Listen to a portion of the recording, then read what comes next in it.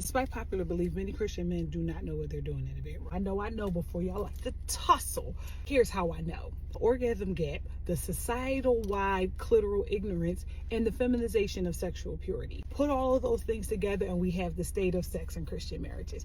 Every day I talk to a wife who is complaining or frustrated because she has lived her life all of this time with this certain understanding of sex. It left her with fear, shame, and misinformation, and it follows her into the bedroom. But she has married a man who is so sexually experienced. Abstinence is an established value for Christians, and women are worth waiting for.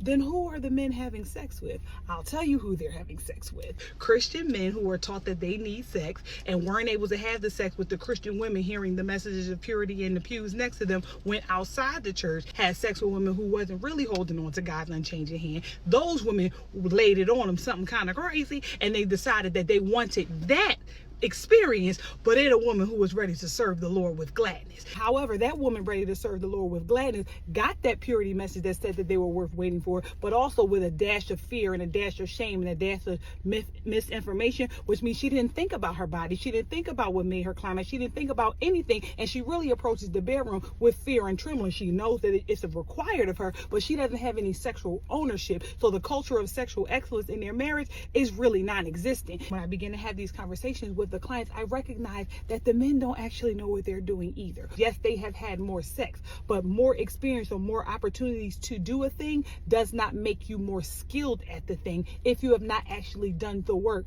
to get more skilled at the thing. The clitoris was literally designed for pleasure, and we have people who still don't know where it is, what it is, and what it does, men and women alike. The orgasm gap exists when women only orgasm about 60% of the time, when men orgasm about 90% of the time. That's how I know men aren't as good at sex as they claim to be. We continue to have a misalignment in sexual experience, sexual desire, and sexual expectation. Why? Because we don't have the conversation that we need to have before church. We have feminized sexual purity, and we don't understand that God designed our bodies in a very particular way. And to be a good lover is to be a sexually wise lover, which means taking the information that your partner provides to you and applying it. Wisdom is what? Knowledge applied. If you are a good Christian lover, then you take those fruit of the spirit that you love to brag about and apply it in the bedroom. Are you kind? Are you patient?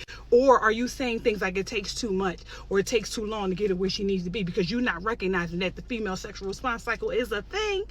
And so that 10 to 15 minutes that you're complaining about is literally what she needs to get to where she needs to be, so she's ready to experience the pleasure she so richly deserves and you claim to want to give her. And guess what? It's not her fault. The God that you serve designed her that way. But who am I?